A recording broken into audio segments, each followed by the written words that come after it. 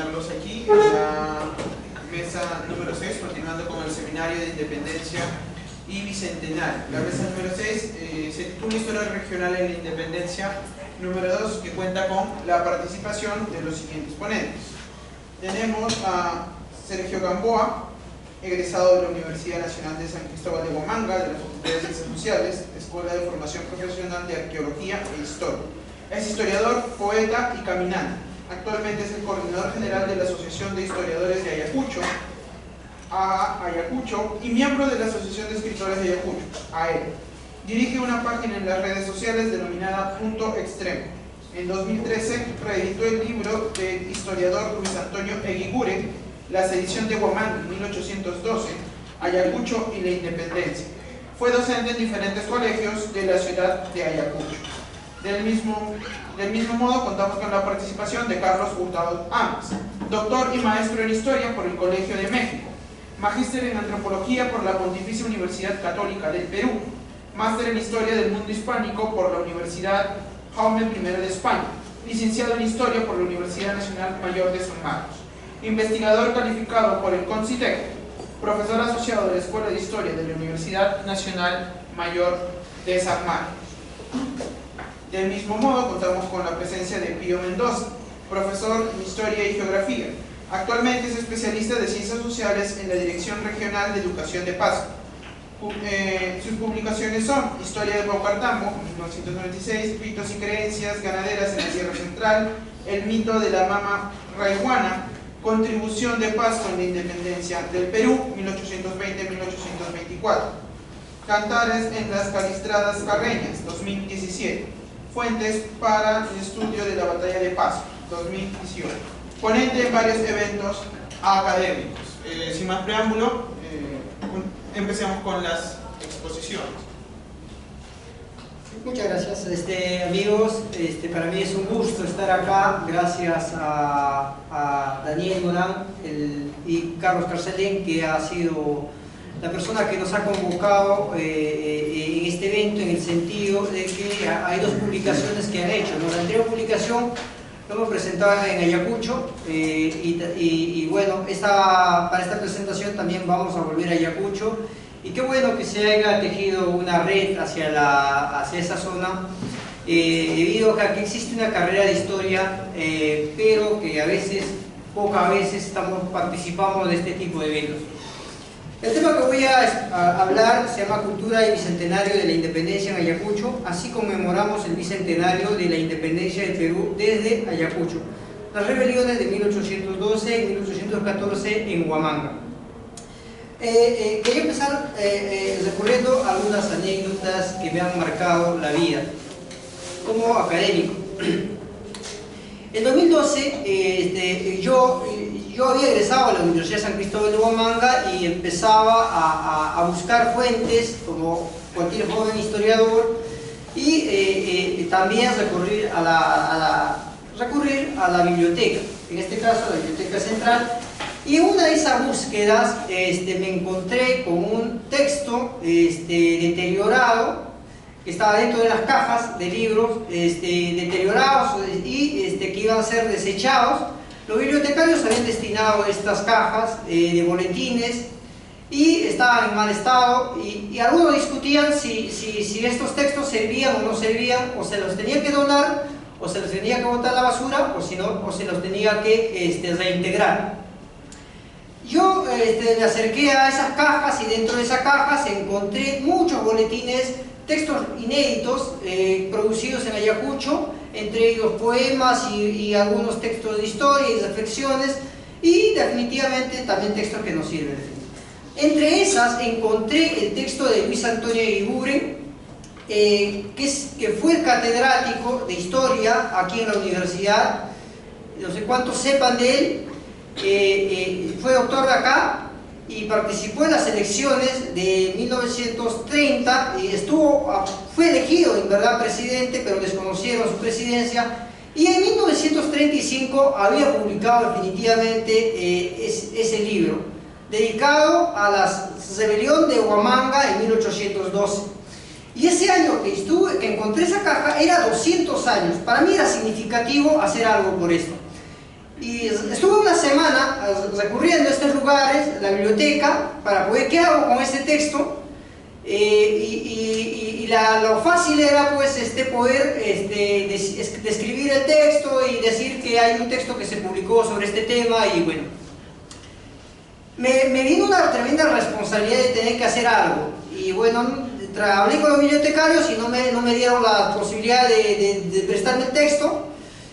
Y entonces, en una de esas, sustraje el texto y me lo llevé a mi casa definitivamente y empecé a revisarlas apasionadamente, ¿no? Luego, este texto lo empecé a tipear en la computadora, empecé a pasarlas y luego me vino la idea de que tendría que editar nuevamente este texto. Y en 2013 recién pude terminar, y esta es la edición que se publicó en 2013 con la ayuda de Esteban Quiroz de Lluvia Editores. Fue el primer libro de bicentenario para esta zona, y me causa mucho emoción hablar de él en un ambiente donde él enseñó, donde él estuvo muy ligado, y que al igual que yo visito a San Marcos hoy en día, él visitó Ayacucho y estuvo muy interesado de que esta región sea conocida. Sin embargo, su obra, que había sido editada en 1912 por el centenario, en 1935 mejorado, había sido olvidado este suceso. Y en la historiografía peruana actual, este texto se cita poco. Se conoce la rebelión de Huánuco, se conoce sobre Tacna, pero pocas veces recurre a este texto. Y lo más interesante de este texto, hay una serie de pasquines que se publicó en esa ciudad, y de esa voy a hablar hoy día. El otro suceso que en 2013 pasa es que fundamos la Asociación de Historiadores de Ayacucho, me eligen presidente a mí, y todavía sigo en este cargo, porque los jóvenes han confiado en mí, y sin embargo ya tengo que dejar. El tema es que publicamos 10 boletines y una revista. Dentro de la revista hablo sobre este suceso, y también dentro de los boletines empezamos a reflexionar por primera vez los temas del bicentenario. En ese momento las autoridades no nos hicieron caso. Ya cuando publicamos el 10 quebramos, y hoy en día las autoridades salen y dicen todas las cosas que nosotros dijimos para el 2013. Y en el 2014 se cumplían los 200 años de la revolución de Pumacahua, y que había comprometido a 3 regiones: Ayacucho, Huamanga en ese entonces, el otro Arequipa y Puno, que ustedes conocen, y que el caso de Huamanga se extendió hasta Huancavelica.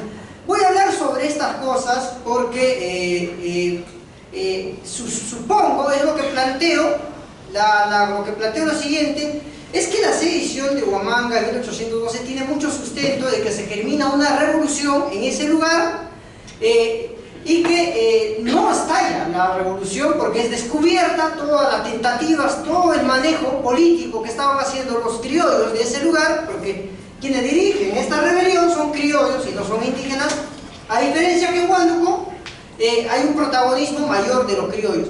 Entonces, es silenciada esta rebelión, pero estalla en 1814 con demasiada facilidad.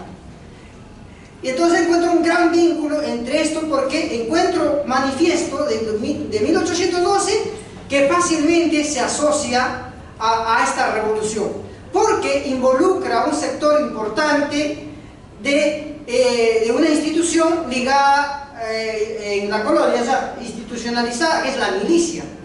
La milicia, y se manifiesta en estos pasquines de manera expresiva. Hay pasquines que voy a leerlas y que vamos a poder quizás discutirlas en el trayecto. Como les dije, hay una serie de cosas ahí que venimos haciendo desde esos años. Venimos participando. El tema de la cultura me interesa bastante. Ese es el título. Siguiente. Hay una serie de cosas que hemos venido haciendo. Entre ellos es una presentación más. Siguiente, por favor. ¿Qué hicimos por el bicentenario? Para entrar al tema. ¿Qué hicimos por el bicentenario de esta revolución? hicimos una exposición de pintura, se hizo la primera escenificación de levantamiento de Turajalamaqui, la toma del cuartel, hicimos algunos debates académicos y más adelante también hicimos algunos balances y publicamos sobre estos temas. Y año pasado hice una caminata desde Ocros hasta Pampa de Ayacucho, una caminata de 3 días en el cual trataba de registrar la geografía de por dónde atravesaron los ejércitos, tanto patriotas como realistas, y antes de la batalla de Ayacucho. Dentro de la geografía esa es la ciudad de Ayacucho, esos son los eventos. Este cuadro mandé a hacer pintar y que está en el libro. Y las personas no tenían ni idea de cómo poder representar ese acontecimiento. Bueno, es una imagen imperfecta. Más adelante tenemos algunas exposiciones de cultura, porque pienso que la cultura debe ser abordada. Y Cecilia Méndez habla, por ejemplo, de que los literatos y que las obras literarias, por ejemplo, deberían ser investigadas por los historiadores, porque su discurso de los escritores y el discurso de la prensa influye en la sociedad. Y también podría decir el discurso de los mismos artistas plásticos, porque ellos dicen algo, denuncian algo, y era la caminata que decía que hicimos. Esa es la geografía previas a la batalla de Ayacucho, una geografía complicada, en el cual era difícil atravesar, y en ese tiempo estamos a pocas semanas de diciembre, y esa geografía atravesaron ambos ejércitos. El ejército patriota atraviesa por frente y los ejércitos realistas atraviesan por este lado. Pero ¿por qué hacer todo esto? O sea, siento que los historiadores nos estamos solamente ligando a aspectos académicos. Siempre que estamos allí en las aulas, no decimos nada sobre lo que pasa en nuestra sociedad. Y duele bastante, porque los poetas dicen algo y tiene eco, ¿no? Tiene mayor resonancia, y los historiadores sobre lo que está pasando hoy en día en Bolivia, lo que está pasando en Chile, debería ser reflexionado, y siento que hay pistas para poder entender la misma revolución. Más adelante, por favor. La misma revolución. Bueno, en el trayecto he hecho también algunas reflexiones, incluso he escrito unos poemas. No debería serla quizás una óptica de historiador. La siguiente, y ese es el libro del cual voy a hablar. Primero empiezo diciendo lo siguiente. Bueno, siempre creemos que digamos, a veces estudiamos un tema ya con una mentalidad anticipada, y ya sabemos incluso cuál es nuestra posición, y a veces en temas de investigación, a veces entramos, es un error en la investigación, el que comienzas una investigación, como digo acá, es que como si ya supieras, empezamos a hacer algo con ciertas ideas que te impiden entender otras lógicas, y eso es una muralla, es una cosa que no nos impide entender. Yo para estudiar este proceso entendí con una idea ya preconcebida, que incluso había un tinte medio patriotero, que podríamos decir, para poder entender esta revolución. Quería entender, en un principio comprendí que esta rebelión era una lucha de buenos contra malos o algo así, ¿no? Una cosa muy superficial, pero con el tiempo, a medida me estuve demorando, empecé a repensar estos temas, y otras son las conclusiones a las cuales vengo llegando hoy día. La segunda década de 1800 fue crítica para la corona española y para sus representantes políticos. No solo perdieron legitimidad, sino también territorios, dineros, adeptos, fortuna, tranquilidad, respeto y paz. En el siglo anterior apenas supieron de ese infortunio. En 1700 no sabían. Se distinguió a Huamanga como la leal y muy noble, ilustre, fidelista. Apoyó a la revolución de Túpac Amaru. La revolución de Túpac Amaru no tuvo eco en Huamanga. Más bien fue una respuesta para apagar esa revolución. El apoyo indesmayable de los huamanguinos simbólicamente, para mí, cesó entre 1812 y 1814.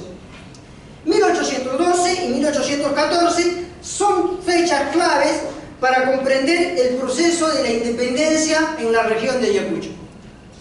Aquí la prioridad es saber cómo empezó, ¿ya? Antecedieron a toda esta rebelión de 1812 una serie de reclamos, una serie de denuncias de casos de corrupción, unas presiones sobre presiones fiscales y un apoyo unánime a la monarquía. El apoyo unánime terminó en 1808 más o menos, 1809, perdón. Y las calles, desde 1806 se denuncia que hay una cierta inseguridad en las calles de Huamanga. No se contabilizan con exactitud, pero al menos a lo que he llegado en solo 1806 es a 20 casos de denuncias sobre inseguridad. En 1807 encuentro un suceso que me inquieta a mí.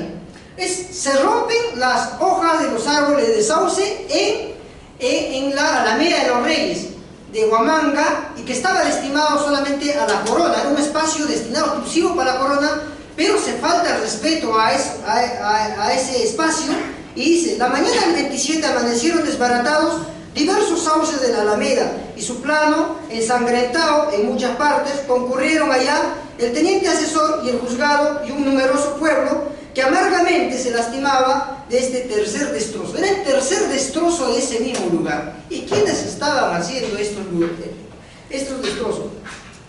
La milicia está involucrada desde el comienzo a una serie de desacatos a la autoridad, de perjuicios contra espacios públicos, y hay un enfrentamiento entre el fuero civil y el fuero militar.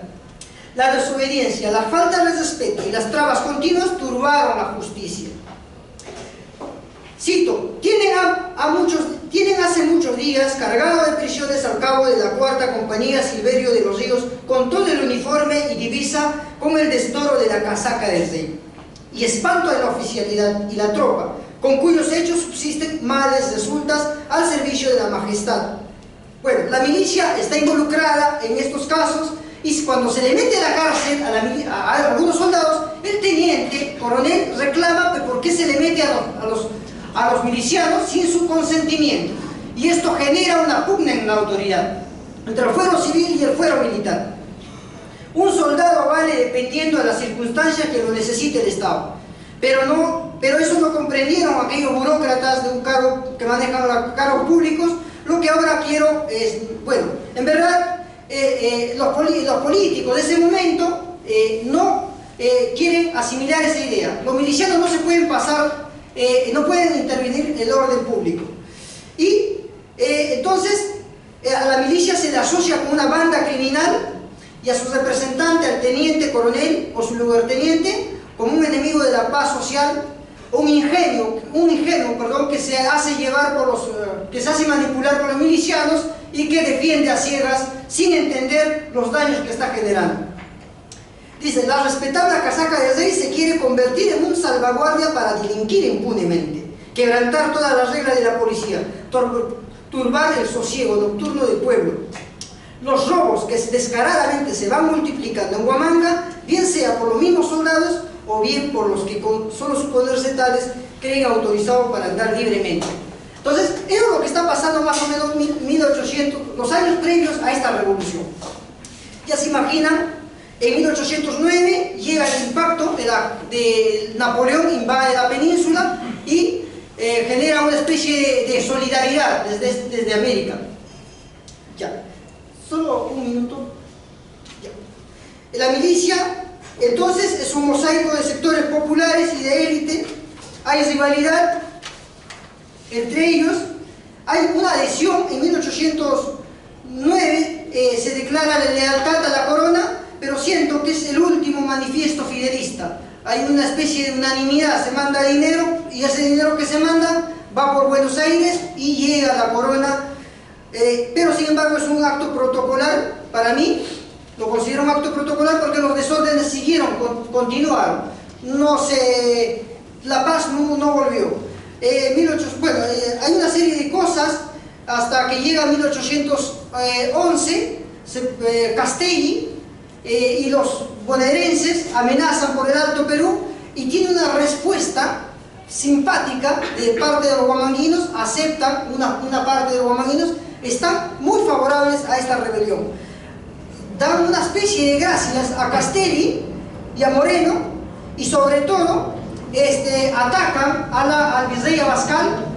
Y bueno, lo que pasa es el virrey Abascal ataca a Castelli, mientras los huamanguinos atacan al virrey. Y algún sector defiende al rey, y hay un conflicto étnico muy marcado.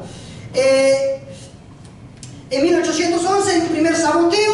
En 1812 sucede en Huánuco, y después de unos meses suceden las rebeliones en Huamanga, y de eso es lo que hablo en este libro, ¿no? En este libro, este libro habla sobre esta rebelión, sobre todos los detalles, y ya solo para terminar, reflexionaría de que no tendría sentido editar este libro, ni tendría sentido hablar de una rebelión en Huamanga, si la revolución de 1814 no hubiera tenido tanta acogida. En 1814 los milicianos, dice el propio virrey, el informe del propio virrey dice que 400 milicianos se alzaron en armas con la complicidad de las mujeres, que los animaron a tomar el cuartel, y que se sumaron después a la tropa cusqueña que llegó a Huamanga. Huamanga no tuvo resistencia, y solo hubo una resistencia en Huanta. En Huanta hubo un enfrentamiento entre patriotas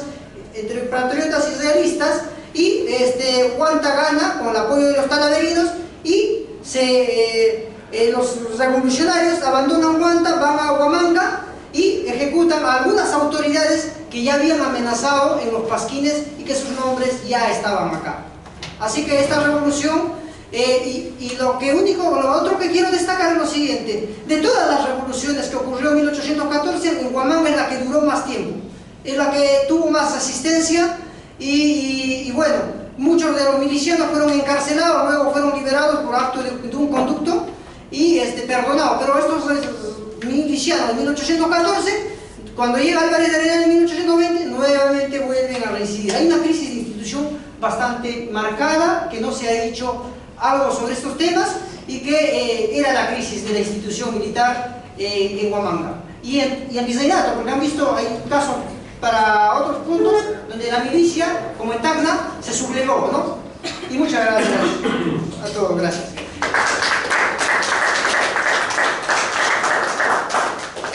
Bien, agradecemos la participación del ponente. A continuación, Carlos Picador va a realizar su exposición.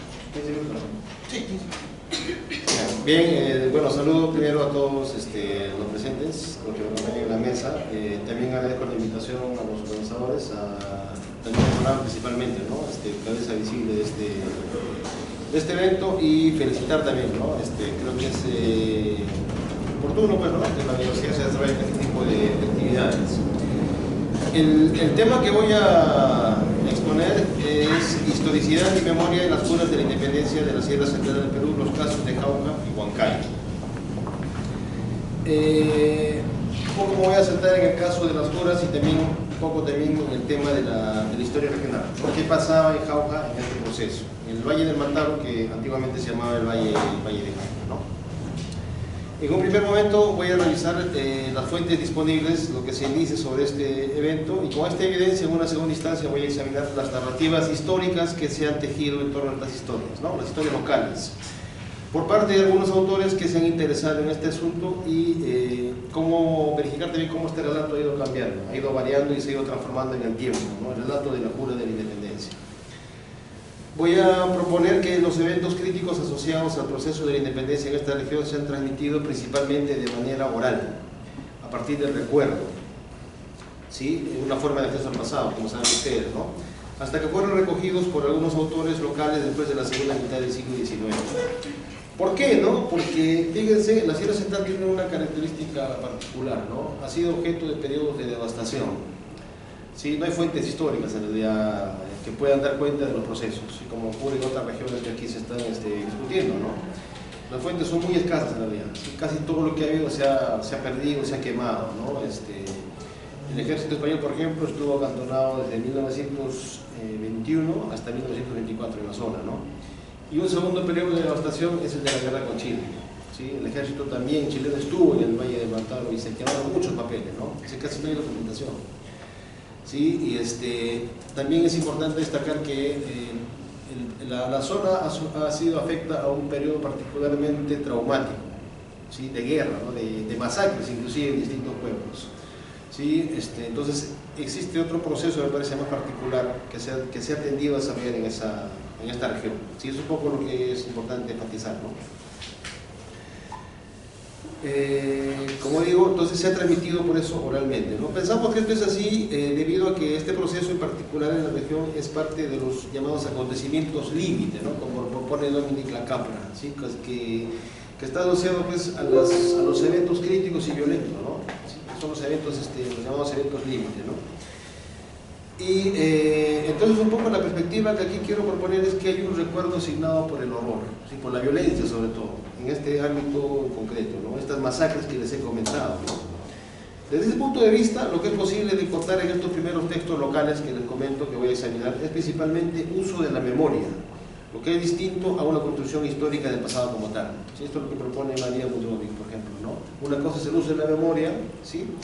Y otra cosa es la construcción histórica, por ejemplo, que hacemos los historiadores, ¿no? Sí, un poco lo que hay en las ideas centrales es uso de la memoria, entonces, ¿sí? Eso es bien importante distinguir, ¿sí? Que no es lo mismo, ¿no? Voy a avanzar un poco rápido por el tiempo, ¿no? Fíjense, la visión estandarizada de la independencia en la zona dice que fue Álvarez de Arenales el que hizo la jura, ¿sí? Un poco en concreto, ¿no? Tanto en Huancayo como en Jauja. El 20 de noviembre, en Huancayo en la mañana y en la tarde sería en Jauja, ¿no? Pero ¿qué sucede, no? Cuando uno revisa las pocas fuentes que hay, de las que han quedado, básicamente son dos, ¿sí? Una es la memoria histórica de las operaciones e incidencias de José de Arenales, hijo del general Antonio Álvarez de Arenales, ¿no? Que está centrada en la segunda campaña militar, ¿ya? Después del 1821, ¿sí? Esta memoria de las incidencias, ¿no? Y la segunda fuente es los apuntes póstumos, ¿no? Del coronel José II Roca. Esos son los documentos centrales que han quedado, ¿no? Cuando uno revisa el archivo regional de Junín no hay nada en realidad, ¿sí? De la independencia no hay nada, ¿no? Lo único que hay con recuerdos notariales, no hay otras series, porque se explica por lo que les he comentado hace un momento, ¿no? Por estos periodos de devastación, ¿sí? Que no hay fuentes en realidad. Entonces es un desafío lo que hay cuando uno trabaja en la escena central. Fíjense, en los apuntes póstumos es un general, un coronel, ¿no? En ese momento era sargento que estaba en la campaña de Álvarez de Arenales y da cuenta de los avatares del día a día, ¿sí? Desde que estuvieron en Huamanga hasta estar un poco para lo que aquí interesa destacar, ¿no? Y lo que llama la atención es que no menciona las juras, menciona la jura en Huamanga y menciona la jura en Tarma, ¿no? Pero no en Huancayo ni en Jauja, ¿no? Entonces, ¿qué sucede, no? Un poco cuando uno revisa también el texto de Roca es que se deduce que estaban siguiendo a un militar realista, ¿no? Lavalle, ¿sí? Y inclusive Álvarez de Arenales no estuvo en esta expedición que persigue a este Lavalle, ¿no? Se quedó atrás y como tengo una expedición de avanzada, ¿no? Lo que describe, por ejemplo, este general Segundo Roca, ¿no? Cuando entran a Huancayo, voy a citar porque es importante para lo que después quiero discutir, ¿no? Cuando entran a Huancayo, por ejemplo, dice, ¿no? La entrada a la región fue en medio de grandes masas de hombres y mujeres con banderas, arcos improvisados de ramas verdes y flores, danzas que bailaban a su modo y cantaban con tamborines y flautas en los pueblos antes de llegar a Huancayo, es decir, llevaban al mismo testigo y algarabía, ¿no? Es un poco lo que se puede suponer. Una vez ahí, Roca refiere el entusiasmo que era similar. No fue necesario el gran esfuerzo del mayor Lavalle para convencer a los municipales y vecinos que salieron a recibirnos. Si ellos querían avanzar. Dice, no insistieron en su pretensión y nos dejaron pasar. Esto sí en la mañana. Fíjense, todos puede parecer pues, un poco anecdótico, ¿no? Pero no es así, ¿no? Un poco porque sí es importante determinar en la discusión que quiero hacer sobre la jura, ¿no? En la mañana estuvieron y pasaron. Es lo que enfatiza Roca, ¿no? Estuvieron en la mañana y pasaron, ¿no? Luego, en el relato un poco se desprende que llegaron en la noche recién a Jauja, a eso de las 9 de la noche, ¿sí? Y ahí se desarrolló una batalla pues, que se conoce como la batalla de Cuesta Tarma. Pero en la memoria de los jaujinos tiene otro nombre que más tarde voy a mencionar. Eso tampoco es un dato que hay que tomarlo, hay que recogerlo, le digo, ¿no? Entonces, esto es algo que, lo primero, ¿no? En las fuentes documentales no se menciona entonces las juras, ¿sí? Eso no quiere decir que no se hayan llevado a cabo, estoy destacando que en las fuentes que han quedado no se hace referencia a las juras, ¿sí? Eso es una primera cosa. Ahora, como les digo, llegaron en la noche a Jauja y estuvieron 2 días, luego pasaron a Tacna, ¿sí? Un poco acá seguro Gustavo, ¿no? En su libro que quisiera ya revisar, trabaja más ese proceso, ¿no? De lo que sucede ya cuando llegan a Tacna, ¿no? Entonces, bien, entonces, como les digo, el hecho que no se mencione no quiere decir que no hayan sucedido estos hechos, ¿sí? Que no se haya dado la jura, ¿no? Sino que este general en específico no la registra, ¿no? Y quiero destacar que Álvarez de Arenales no estaba ahí. Sí, eso es algo bien importante para lo que yo quiero discutir. No estaba al estar en Huancayo ni en Jauja, ¿no? No estaba con Segundo Roca, por lo menos. Él llegó a Jauja después llegó a Jauja, o sea, al día siguiente, me parece. Ahora, entonces, ¿qué pasa, no? En las narrativas históricas que existen en la Sierra Central, en los textos que hay, se menciona la jura, que hubo una jura, en principio, ¿no? Y los primeros autores que se dan esta tarea de narrar la historia regional, por ejemplo, en Huancayo, Nemesio Raez, en monografía de Huancayo de 1899, ¿no? Dice lo siguiente, ¿no? En esta ciudad se juró la independencia del Perú en noviembre del año 1820, entre el coronel don Mateo Granados, el cura consultor don Estanislao Márquez y el escribano don Juan de Dios Martí Corena, que encabezaban a los principales de la ciudad y al pueblo llano. Se hizo la jura en un tabladillo que se formó en la quinta calle de Huancayo, Raez, 1899, página 11. Aquí es importante lo siguiente, ¿no? No menciona a Álvarez de Arenales, no menciona el día tampoco, no menciona el día, dice noviembre del año 1820. En los autores posteriores estos datos se van a agregar, ¿sí? Después, por ejemplo, hay otros autores, ¿no? Tello Devoto, Historia de la provincia de Huancayo, ¿sí? 1971, ya menciona que fue el 20 de noviembre, por ejemplo, ¿no? ¿Sí? Otro autor, Oscar Chávez, también, ¿no? En su trabajo Huancayo de 1926, ya dice también que fue el 20 de noviembre, ¿no? Juraban los huancaínos llenos de santo júbilo, en fin, ¿no? Entonces, esto es importante, ¿eh? O sea, porque parece que solo el primero que recoge fue Raez, ¿no? Pero algo que le han contado, ¿sí? Porque lo describe así en líneas generales. Después otros autores ya han ido agregando datos, ¿no? Han ido agregando personas, en fin. Similar a lo que pasa en el caso de Jauja, ¿sí? En el caso de Jauja, el primer libro donde se hace referencia a la jura es un trabajo un poco emblemático, ¿no? Historia de Jauja de Bernardo Solís, de 1928. Dice lo siguiente, ¿no?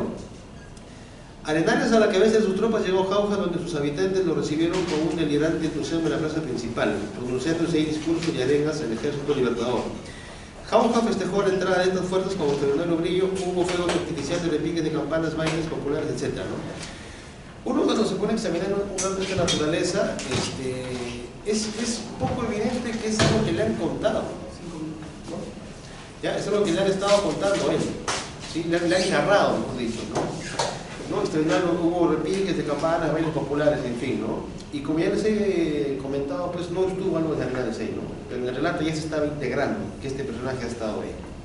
Hay otro trabajo más, la faceta de Jauja, voy a un poco por el tema, voy a pasarlo.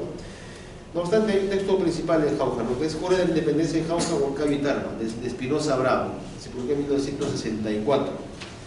¿Sí?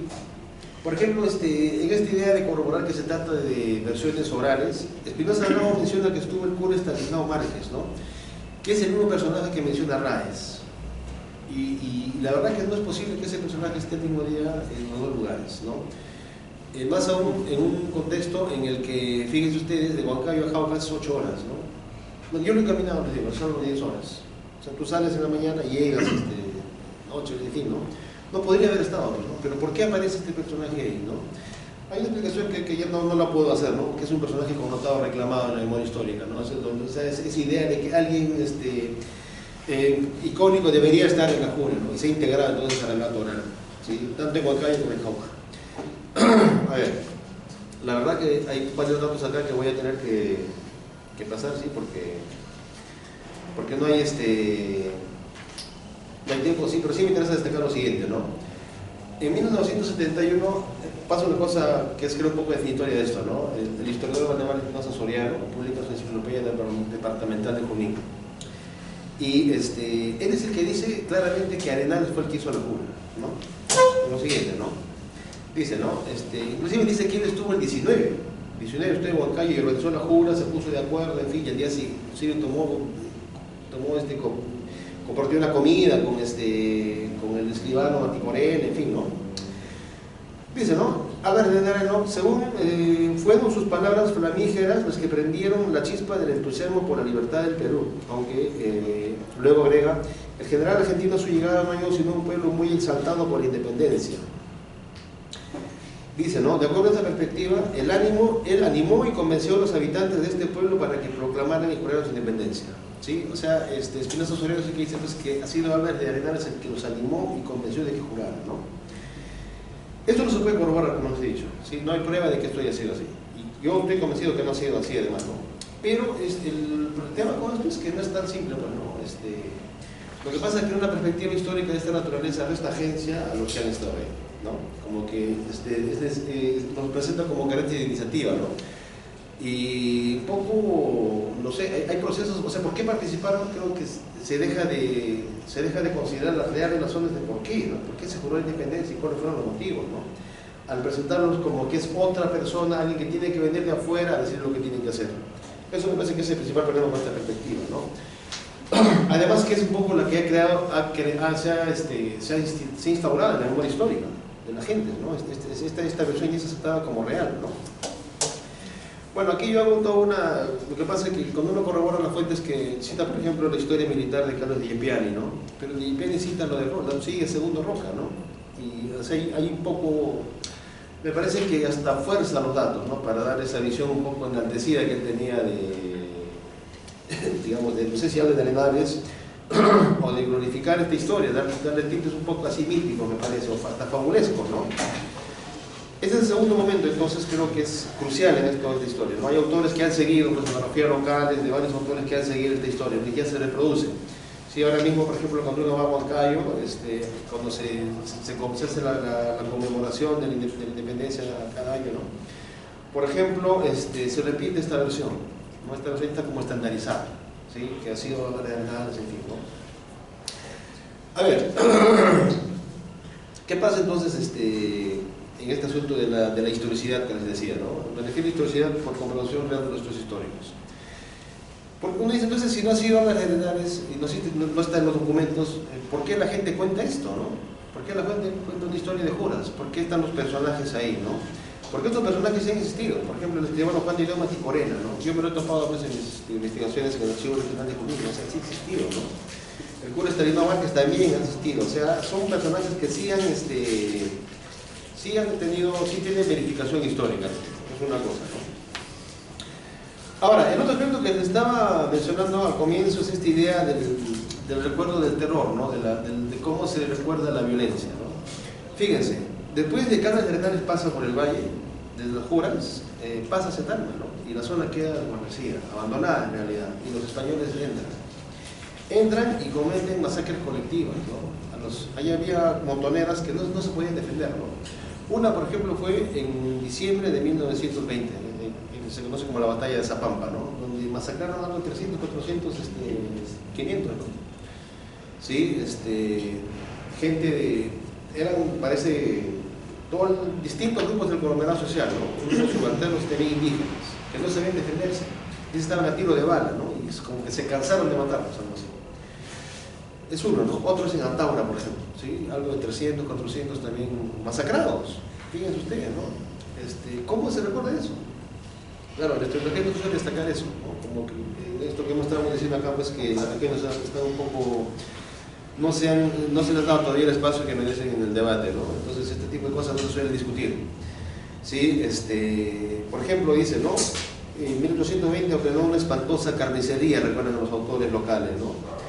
Y fíjense que esto es tan marcado que yo he conversado con algunas gentes que hasta ahora cuentan, por ejemplo, que en el atrio de la iglesia de Jauja obligaron a los jaujinos que habían resistido, supuestamente que habían participado en la jura, a cavar sus tumbas y los asesinaron. Miren, eso se cuenta hasta ahora, más casi ya 200 años, ¿no? Hasta ahora se cuenta, o sea, que ha sido tan marcado, les digo, ese recuerdo, ese trauma, eso, desde el comienzo, lo que menciona Daniela Capra, ¿no? Cómo se recuerda el horror, ¿no? Que hasta ahora se cuenta, les digo, ¿no? Ya, o sea, se trata de ese tipo de pasados que son renuentes al olvido, pues. Es un poco lo que pasa con la memoria, ¿no? El pasado que es renuente al olvido, ¿no? Y se actualiza de diversas maneras, se actualiza en el relato, ¿sí? Y ese relato es el que ha sido recogido por estos autores que les he comentado hacia fines del siglo XIX, ¿no? Y poco han pasado a recrear, si se quiere, cómo se ha desarrollado este proceso, principalmente el tema de las funas, ¿no? Que han pasado a constituirse en elementos definitorios de la entidad local, actualmente, ¿no? Con eso voy a ir cerrando, hay cosas que obviamente yo no lo puedo desarrollar, ¿no? Un aspecto que me llama la atención, ¿no? Como les decía, esta expedición llega a Jauja en la noche, ¿no? Y se desarrolla lo que se conoce como los documentos como la batalla de la cuesta de Tarma, ¿no? ¿Y cómo se comprueba que esto es constitutivo de la identidad local, ¿no? Porque esa batalla no se recuerda como la batalla de la cuesta de Tarma entre la colectividad, entre la gente, entre los Trujillo, por ejemplo, ¿no? Sino como la batalla de Puchucocha. Y ahora Puchucocha es un sitio donde se enfrentaron los mojinos con los españoles, dicen, ¿no? Y los vencieron, ¿no? Pero lo que llama la atención es que en la historiografía Puchucocha no existe. O sea, es un nombre que tiene operatividad netamente en el plano local. Siempre la gente ahí tiene operatividad, ¿no? Y hacen, cada año llevan flores, en fin, hay un obelisco ahí, ¿no? Pero no está registrado en la historiografía, ¿sí? O sea, es un elemento constitutivo de la identidad, les digo, local, este hecho, ¿no? Y también un poco otro trabajo que desarrollé en este libro que implicó Alex Weiss a la conmemoración, ¿no? Me he dado cuenta que paulatinamente este hecho ha estado ingresando en la memoria histórica de los jaujinos, ¿no? Y ahora sí se conmemora y se recuerda este hecho, ¿no? Antes no se hacía, o sea, la conmemoración, por ejemplo, en 1921 no se menciona, ¿no? 1920 digo, ¿no? Después se empieza a recurrir, ¿sí? Como un aspecto constitutivo de la entidad, ¿no? Creo que es parte de otro proceso ¿no? que ha ido un poco madurando, ¿no? Yo creo que eso, hay más cosas que a mí ya no me da tiempo de escuchar, ¿no? Gracias.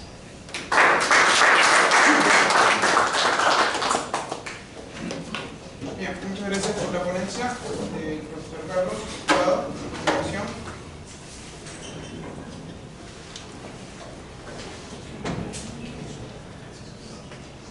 Bueno, en primer lugar debo agradecer a Daniel Morán. ¿Este es el archivo? ¿No es el archivo? ¿Cómo se llama? Sí.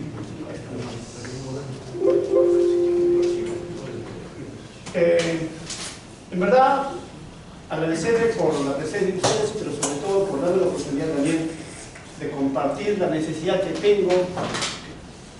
Documentos que he revisado hace 10 años, he rebuscado los 6 volúmenes del 5º tomo de Guerrillas y Montonera Independiente. Yo creo que hay que volverlas a releer para entender y dar una nueva mirada, porque es tan rico ese volumen de Guerras y Guerrillas, que son 6 volúmenes.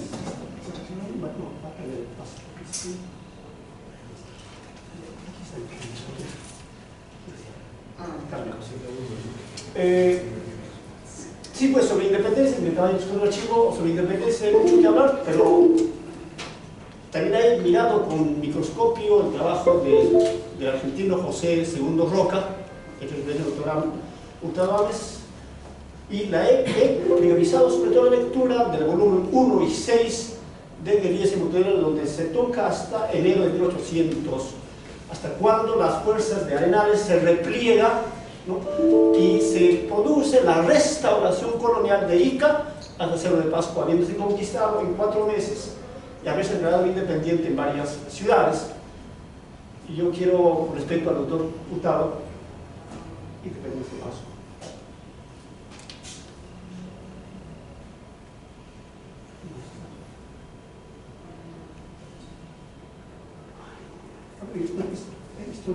Otra historia.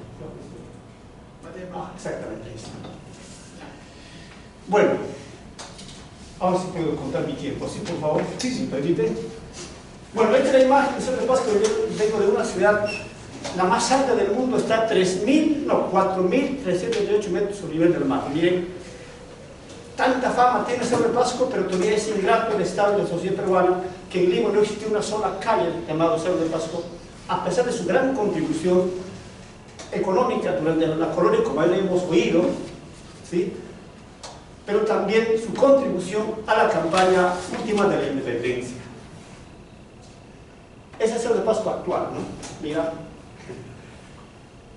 dejo en su libre imaginación. Les he traído para hablar sobre la batalla de Pasco. Sabemos que el ejército chileno argentino desembarca en Paracas, recorre de hecho Huamanga, Ica, Huamanga, pura independencia se sabe en Huamanga, en Tarma, pero también Huancayo, yo la revisé, eso puedo decirlo ahora, pero no Arenales, sino proclama la independencia el paisano y compadre del argentino Francisco de Paula Otero, además designado por el gobernador de Huancayo, Marcelo Granados. Él dice que recorrió los pueblos juramentando la independencia cuando ya Arenales estaba entrando a Cerro de Pasco. Lo mismo va a decir el gobernador de Jauja, Pedro José González, que dice: aún no ha juramentado independencia de los pueblos, lo hará en cuanto terminan las tareas que tiene que cumplir. Pero eso es la primera semana de diciembre, cuando, reitero, habla de Arenales y ya está en Cerro de Pasco. Bueno, cuando ya Arenales habla de Arenales, bueno, realmente se dice Arenales, debe decirse Antonio o Álvarez de Arenales, pero todos cometemos el error de decir solamente darle el apellido materno, lo mayor énfasis. Recorre de Tarma, lo hablaba de Gustavo ayer, cuando está cerca de Cerro de Pasco ocurre esto, ¿no? El 3 de diciembre, Manuel Rojas, otro argentino también, comunica a Otero que los bravos tarmeños, la columna tarmeña que se había pasado pacíficamente a la columna patriota en Tarma cuando ingresa a Arenales, ya juntos, la columna tarmeña y los argentinos chilenos van a Cerro de Pasco, y dice este informe que los bravos tarmeños han pasado hasta Hóndores, pueblo de la Puna, a diezmo otro pueblo, entusiasmando a los pueblos, alcaldes, los naturales se han unido y le han quitado a Orregui, que venía de Lima a Cerro de Pasco, a cuidar el asiento mineral de Cerro de Pasco. Vamos a ver al final por qué. Y bueno, más abajo, el 4 de diciembre, Álvaro de Arenales ya está ingresando a Ninagaga, o Ninacaca, ahora conocido, y el 5 llega a ese pueblo tan antiguo llamado Villa de Pasco, que está a 14 kilómetros de Cerro de Pasco, la más mentada de la primera fundación antes que Cerro de Pasco. Allí cuando está, bueno, llegan el 11, el día 5 de diciembre, 11 de la mañana, y en una intensa nieve sobre tarde van a Cerro de Pasco a mirar la montaña para hacer reconocimiento de la guerra. Los realistas la ven, pero no atinan en perseguirlas ni dan importancia al ejército que ellos sabían que venía atrás. Para que tengan una idea rápida de cómo estuvo conformado el ejército libertador, ¿no? Como ven ustedes, el cuerpo de los Andes, batallón 1 con Ramón Antonio Deza, piquete granaderos con capitán Juan Lavalle argentino, piquete cazadores Vicente Suárez el paraguayo, piquete de artillería con Hilario Cabrera, pero también a este ejército había el grupo grueso grupo de Chile, mira con la cantidad que vemos ahí, batallón 2, al mando del teniente coronel Santiago Aldunate. Situación del ejército realista, del que Orregui y la Concordia Mineral que estaba en Cerro de Pasco en ese momento. 200 soldados de la Concordia Mineral Cerreña, fuerza local, que 8 años antes, como se ha hablado aquí, habían masacrado a más de 500 guanuqueños en la zona de Ambo y Ancocha, ¿sí? Esta Concordia Cerreña fue realista. En ese momento también va a haber el combate contra los patriotas, ¿no? Tenéis antecedentes, Concordia Mineral. El virrey Pezuela designa a Benito García del Barrio, comandante militar, que estuvo de Guayaquil, escapó aquí a Lima, pero nunca llegó a Cerro de Pasco. En su reemplazo envían al irlandés Diego de Orelli para resguardar las minas de Cerro de Pasco. En ese momento San Martín ya estaba ido de Pisco, había salido hacia el norte, chico, y desde la hacienda Retes le comunica: Orelli marcha con dirección a Pasco, y su fuerza se compone del batallón Victoria, 600 hombres, todos reclutas, y 200 de ellos aún no saben ni girar ni tirar, y como 150 hombres de caballería, milicias de Caraballo, sin alguna instrucción, disciplina ni oficiales, y muy mal montados.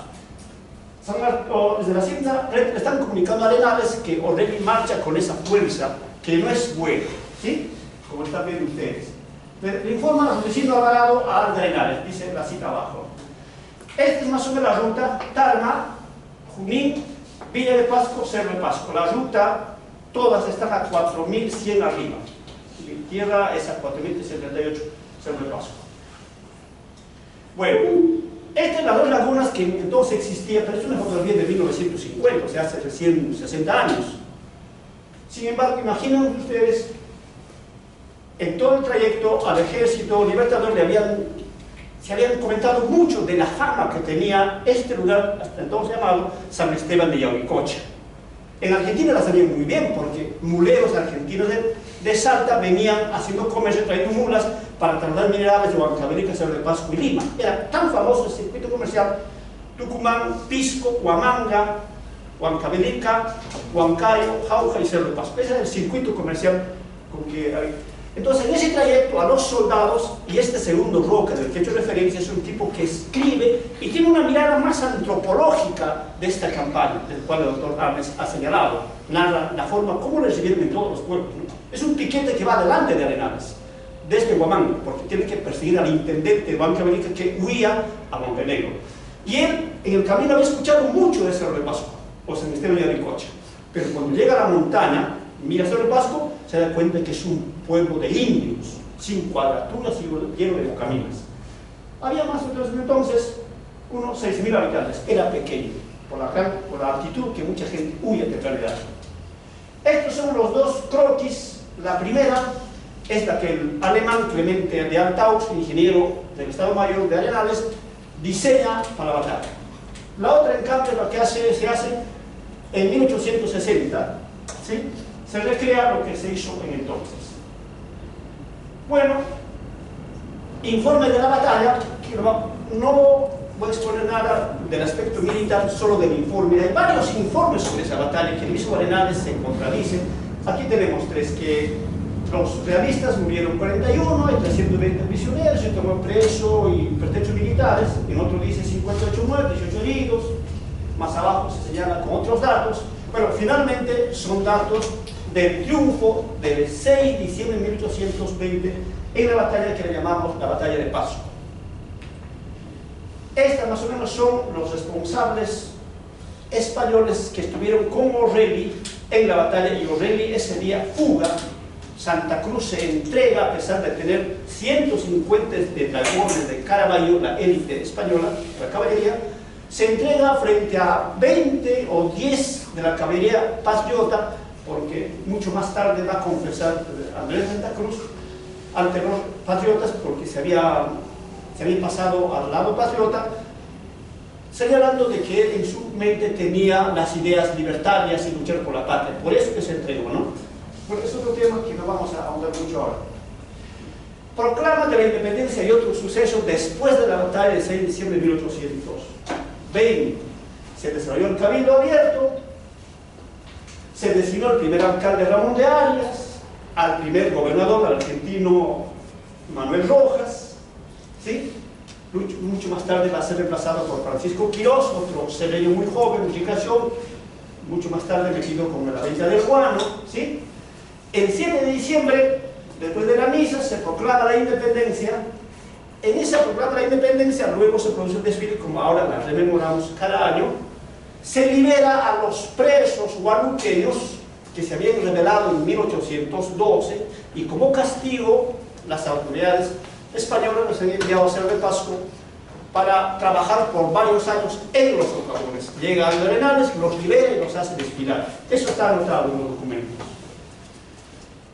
Mucho más días después, cuando Arenales va a dejar la ciudad, o el asiento militar de Cerro de Pasco, van a designar a Francisco Miguel Maíz de Arcas, hijo del único marqués que vivió en Cerro de Pasco por el Estado, que era una calle que está ya a punto de desaparecer por trabajo minero, como jefe militar patriota, ¿sí? Este señor justamente Maíz de Arcas había sido el jefe de Concordia Mineral que había reprimido en 1812 en Huánuco. Como dijeron los mexicanos, era la misma cura con distinta mula. O sea, ¿cómo llegaba la mentalidad de esos serreños, indígenas de los pueblos, que ahí fue un verdugo, ahora estaba delante tuyo luchando por la independencia, ¿no? Cosa que lo voy a dejar. Y así, desde entonces, el Cerro de Pasco se van a conformar guerrillas y montoneras lideradas por argentinos. José María Fresco, Isidoro Villar, entre otros. Los mandos van a ser siempre extranjeros y denunciados muchos de ellos por algunas razones. Participaron en esta batalla uruguayos, paraguayos, chilenos, italianos, ¿no? Algunos peruanos venidos de Chile. Las guerrillas, dice las fuentes, estuvieron regados en la montaña, pero que no se precisa si participaron o no.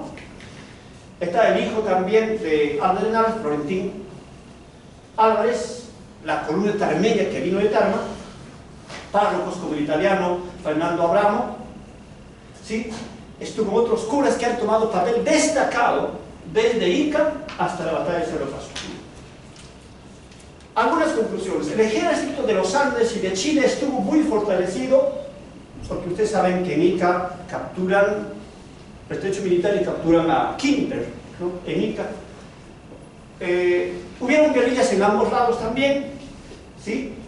El brigadier O'Reilly, que había jugado de la batalla, es capturado cerca, volteando para Lima. Santa Cruz se rinde, como reitero, 150 frente a 30, porque en su conciencia estaba más metido en la idea de independencia. Después de la batalla de Cerro de Pasco fue importante en la medida que sirvió para alentar a los pueblos a la causa que no siempre entendieron. Reitero, los indígenas, desde entonces los campesinos, fueron parte de la conformación de guerrillas y montoneras que estoy trabajando minuciosamente. Pero creo que no la entendieron bien, porque fueron utilizados como en la masacre de 1821 en diciembre, cuando las montoneras venidas de Huánuco, que ha hecho referencia a Gustavo, y el pueblo Chaturanga, fueron, según la parte militar española, murieron 700. A 700 se le eliminó en Yanacancha, el distrito que está en la misma población. El informe patriota dice más de 100. Médienle ustedes. Fueron masacrados indígenas, montoneras, sin armas, con guaracas, con palos. Mira, entre 700 y 100, imagínense, un promedio, póngale 400, fueron masacrados. ¿Sí? Bueno, desde diciembre de 1820 a agosto de 1824, el ejército realista ingresó desde el Valle Mantaro, que fue su bastión, en 10 ocasiones en las que quemaron al pobre Junín en todas las veces que llegaron. A Caruamayo, Ninagara, Villa de Pasco, Guayllay, Guaychao, Raco, todas, pero nunca llegaron a las quebradas porque, dicen los informes, tenían miedo a las guerrillas con galgas, por las quebradas, porque Aguaro querían por las quebradas. Temor. Y no sé otras razones, qué explicación deben tener los realistas por la que no pasaron algo, tampoco se quedaron un buen tiempo en el Cerro de Pasco, apenas 3 semanas, un mes. ¿Por qué la batalla de Cerro de Pasco? ¿Por qué tuvo que producirse la batalla en esta larga campaña, que duró 4 meses? San Esteban de Yauricocha, vulgarmente llamado Cerro de Pasco, desde su descubrimiento en 1630 se convierte en el principal productor de plata del virreinato, llegando en 1799 a laborarse 65 minas de propiedad de 112 mineros, con una fuerza laboral de 2.470 operarios y con la producción calculada entre 1777 a 1924 de 7.425.000 tantos marcos de plata, correspondiendo al 40% de la producción total de plata del virreinato. No lo digo yo, está en el informe de John Fisher. Cuando se produce la batalla de Pasco y mucho más adelante, Serena cita a Unanue y dice: la plata es el nervio de la guerra, pues en cuanto el ejército ocupe Huánuco, del ejército patriota, se cortará con las minas de Cerro de Pasco, las que serán secuestradas por los europeos que las poseían se han ausentado y de inmediato se producirán grandes cantidades de dinero. Bueno, aquí está. Cerro de Pasco fue importante para Colombia. Se ha producido plata a pesar de la destrucción de las minas por los realistas. Mira los cuadros que manejo. Esta es la de plata. No ha paralizado a pesar de la destrucción, del saqueo que ha sufrido tanto por realistas y patriotas. En febrero de 1821, 2 meses después de la batalla de Pasco, mira, los mineros cerreños contribuyeron de su bolsillo el dinero que ven allí. ¿Sí? Mucho más tarde, entre junio y agosto de 1824, Cerro de Pasco, hecho registro, he revisado todas las fuentes, ha contribuido con 221.345 pesos, 360 marcos y 40 onzas. No le entiendo el lenguaje económico, pero es lo que ha contribuido de los registros que están en esas partes de guerrillas y montoneras. Es más, entre junio y agosto de 1824, mira, lo que ha contribuido el pueblo cerreño para mantener a los 10.000 soldados que llegaron de Huánuco hasta el Valle Mantaro, mira, con papa, cebada, carnero, vacuno, harina, champa, leña, alcázar y todo eso. Muchísimas gracias.